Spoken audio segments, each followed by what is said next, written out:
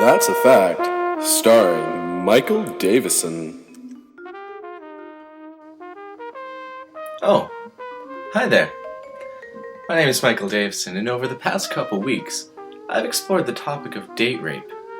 I've explored what kind of different names they have for them, all the street and slang versions of them, all the different kinds that there are. I've also gone out and I've interviewed many different pharmacy doctors to discover just how easy it is to get a hold of these prescription drugs and how to use them, and the difference between each of them and how they're used and the side effects that they bring and what they treat and all the positive sides do come with these drugs.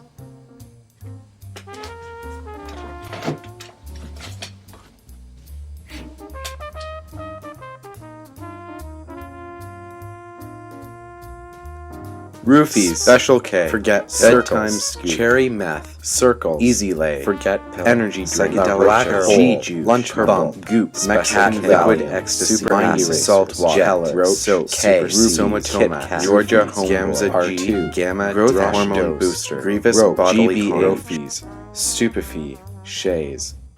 And these are only some of the names that date rape takes on.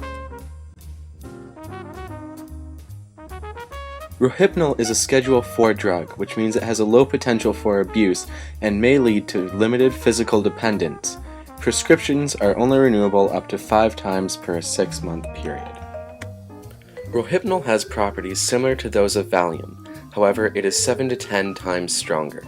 It is used in the short-term treatment of insomnia as a pre-medication in surgical procedures and for including anesthesia. The effects of Rohypnol appear 15 to 20 minutes after administration and last approximately 4 to 6 hours. Though not available in the US, it is legally prescribed in over 50 other countries and is widely available in Mexico, Colombia, and Europe, where it is used for the treatment of insomnia. Rohypnol causes partial amnesia, causing victims to be unable to remember certain events. If Rohypnol exposure is to be detected at all, urine samples need to be collected within 72 hours and subjected to sensitive analytical tests. Adverse effects of flunitrazepam include dependence, both physical and psychological, reduced sleep quality resulting in somnolence, and overdose resulting in excessive sedation, impairment of balance and speech, respiratory depression or coma, and possibly death. Because of the latter, flunitrazepam is commonly used in suicide. When used in pregnancy, it might cause floppy infant syndrome. Ketamine is a Schedule III drug, which means that it is middle-range potential for abuse, accepted for medical purposes, and may lead to low physical dependence or high psychological dependence.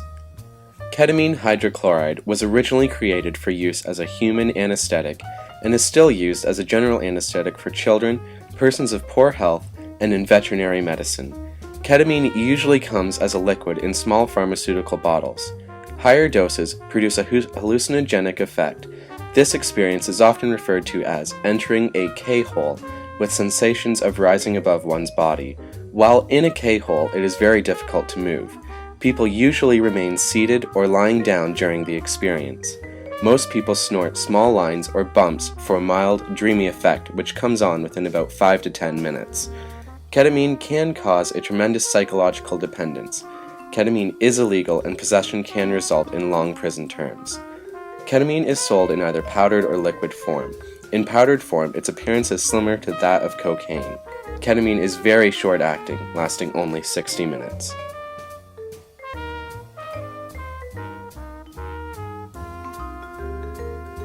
GHB is a Schedule I drug, which means that it is illegal even for medical purposes unless it is used with Xyrem. GHB is made from gamma-bitrolactone and sodium hydroxide. When GBL or products containing them are ingested, GHB is produced in the body.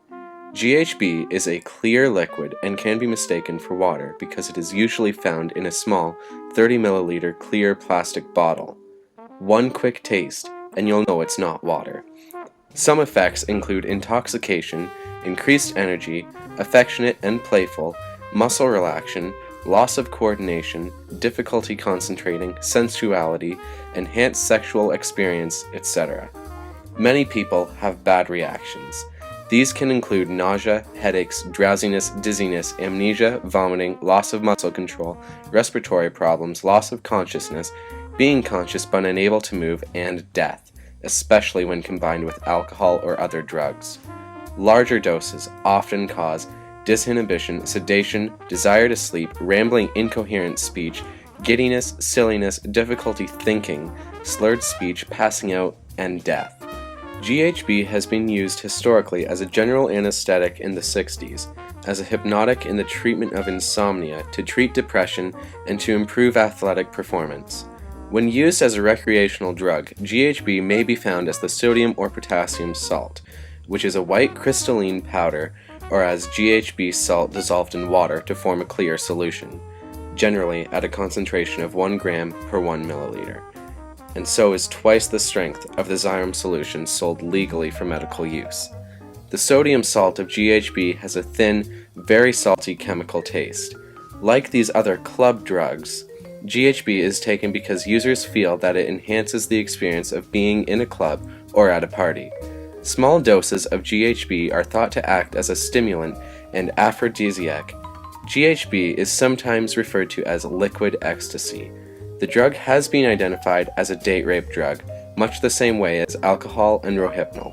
It has a salty taste, but as it is colorless and odorless, it has been described as very easy to add to drinks that mask the flavor. GHB has been used in cases of drug-related sexual assault, usually when the victim is vulnerable due to intoxication with a sedative, generally alcohol, and as such are less likely to notice a strange taste in his or her drink.